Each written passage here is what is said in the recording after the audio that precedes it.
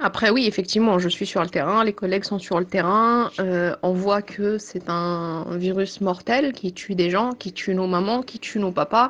Kullu shay'in bi ajal, bien sûr, kullu shay'in bi ajal, et que chaque âme goûtera la mort et que notre heure est prédestinée et est écrite avant même notre naissance. Mais comme on dit, al-hitatu ablagu min al-hadar. Le fait de prendre des précautions, c'est mieux que d'être sur ses gardes après. Après, les chiffres, je pourrais pas te les donner parce que honnêtement, moi, je connais à l'échelle de mes hôpitaux là où j'interviens. Je peux te dire qu'en 4 jours de travail, j'ai eu 13 décès, ce qui est énorme. 4 jours de travail, 13 décès. Je sais pas si on s'en rend compte. Ça fait 3 décès et demi par jour. Donc c'est énorme. D'habitude, dans les hôpitaux, dans ces structures-là, on n'a jamais de décès. On n'en a pas. Ils décèdent soit quand ils reviennent chez eux, soit quand ils vieillissent dans leur maison de retraite.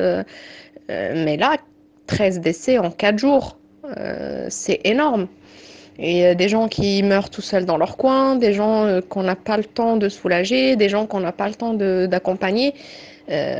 Donc c'est horrible, ça peut arriver à nos mamans, à nos papas, quand c'est des musulmans, ça déchire le cœur. Enfin, les autres aussi, ça déchire le cœur, mais quand c'est des musulmans, il y a quand même aussi la dimension communautaire. Tu dis, je peux même pas être à côté de ce papa ou de cette maman pour lui apprendre la shahada, par exemple.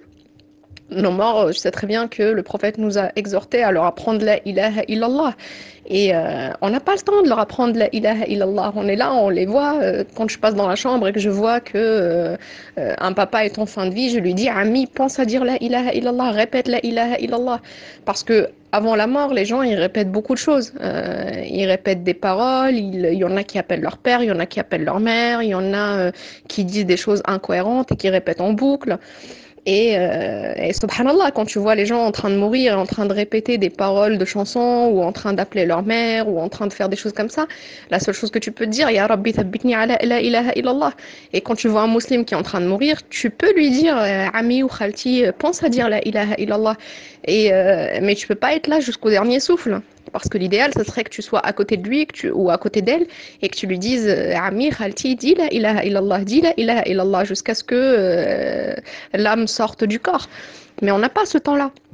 Donc clairement, on est dans une situation d'urgence et on fait ce qu'on peut. On a une vingtaine de patients, il faut qu'on court entre les vingtaines de patients. Une fois que tu as fini avec le numéro 20, tu reviens au numéro 1, tu le trouves, il est décédé dans son lit ou dans son fauteuil.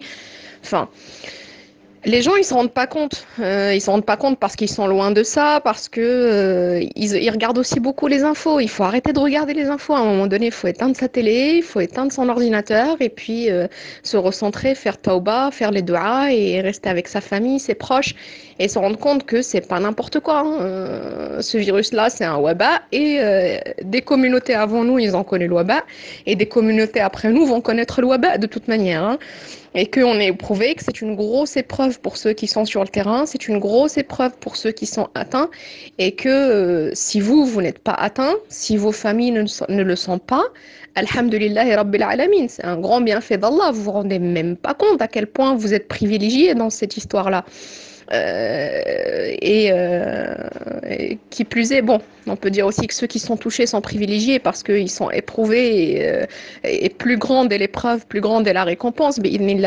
Mais voilà, c'est un mal réel, c'est des douleurs réelles. Les gens, ils meurent dans d'atroces souffrances.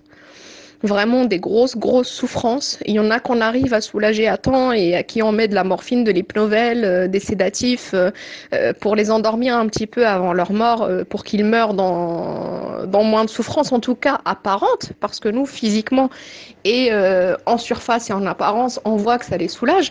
Après, Allahu alam bil batin. Peut-être qu'ils continuent à souffrir, c'est juste qu'ils sont anesthésiés par les morphiniques et par les drogues qu'on leur injecte. Donc voilà, nous, notre but, c'est de les soulager avec ces drogues que l'on injecte en fin de vie pour pouvoir les accompagner, parce qu'on sait très bien que de toute façon, c'est leur fin de vie. Et ils présentent les signes du décès, les signes de Ghargharat al-Maut. On le voit, hein. Subhanallah, j'ai jamais vu autant de personnes décédées devant mes yeux. Et croyez-moi, voir Ghargharat al-Maut, des gens qui soient musulmans ou non musulmans, face à vous et que vous ne pouviez rien faire, que vous ne pouviez même pas les accompagner et être là, croyez-moi, c'est quelque chose qui vous marque à vie, hein. C'est quelque chose qui, je pense, moi, personnellement, va me marquer à vie. Je pense que j'en sortirai pas indemne, je pense que mes collègues n'en sortiront pas indemne. Et maintenant, on se force, on s'efforce, on continue et on se dit, fils abilillah, on le fait pour les gens, on essaie de faire de notre mieux, mais clairement, on ne fait pas comme on voudrait. Donc, le coronavirus, ça tue dans d'atroces souffrances. C'est pas un gentil truc qui vient, qui te caresse et tu t'endors. Euh, c'est des choses gravissimes, ça se transmet à la vitesse grand V. Moi, sur mes collègues, sur les collègues du groupe hospitalier où je travaille, ils sont plus de 600 à être contaminés. 600 collègues. Il y a déjà 6 médecins qui sont décédés du coronavirus. Il y a, je crois, 7 ou 8 infirmières qui sont déjà décédées du coronavirus. Les aides-soignants, je crois, ils sont 4 ou 5, je ne sais plus. Donc les soignants, on est en première ligne, on est contaminés, pour la plupart, ceux qui ont cette possibilité-là, on s'est mis en quarantaine. Moi, je vis loin de ma famille, de mes enfants. J'ai ma petite fille de 2 ans, je ne la vois plus, je ne l'embrasse plus. Enfin, je ne dors même plus à la maison parce que pas envie de transmettre ça et pas envie de les contaminer. Donc ouais, ceux qui disent que c'est une blague, que c'est bien drôle, croyez-moi, ce n'est pas une blague et c'est pas drôle du tout. Et c'est parce que ça ne vous est pas encore arrivé que vous dites que c'est une blague ou un complot. D'accord. Restez chez vous, faites des doigts pour qu'Allah vous préserve votre famille, mais arrêtez de ridiculiser et de minimiser les effets de ce virus et de minimiser l'implication des gens. Quand on vous dit qu'il y a 500 morts en France par 24 heures, c'est qu'il y a 500 morts déclarés, plus à peu près le même chiffre non déclaré. D'accord. Donc, sachez que des morts, il y en a à l'appel. Les gens, ils tombent comme des mouches. Nas'alullah al-afiya wa thabat. J'espère que, quel que soit le mal qui nous emporte, quelle que soit la cause de notre décès, qu'on décède dans des bonnes conditions, sur la fitra, sur la foi. Et, euh, et voilà. Donc, prenez bien soin de vous, restez chez vous, faites des doigts, rapprochez-vous d'Allah, faites tauba. C'est le moment de faire tauba.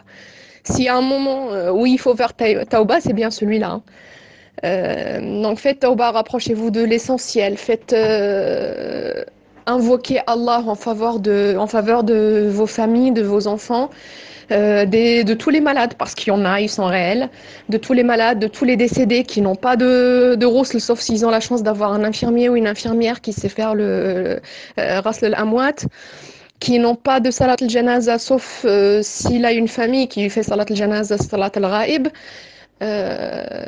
Donc ouais, faites des doigts, rapprochez-vous de l'essentiel, arrêtez de perdre votre temps sur les fake news, devant la télé, devant l'ordinateur, et à dire surtout que c'est pas vrai et que les gens ne meurent pas de ça. Enfin, perdez pas votre temps. Je pense que notre temps, il est beaucoup plus précieux que ça. Et je pense que surtout dans cette... Moi, je peux pas faire ça. J'ai pas l'occasion de rester chez moi avec mes enfants, de faire des dhikrs, de faire des rappels religieux. J'ai pas cette chance-là. Donc vous avez cette chance-là, subhanallah. Alors faites-le et profitez-en. Assalamu alaikum.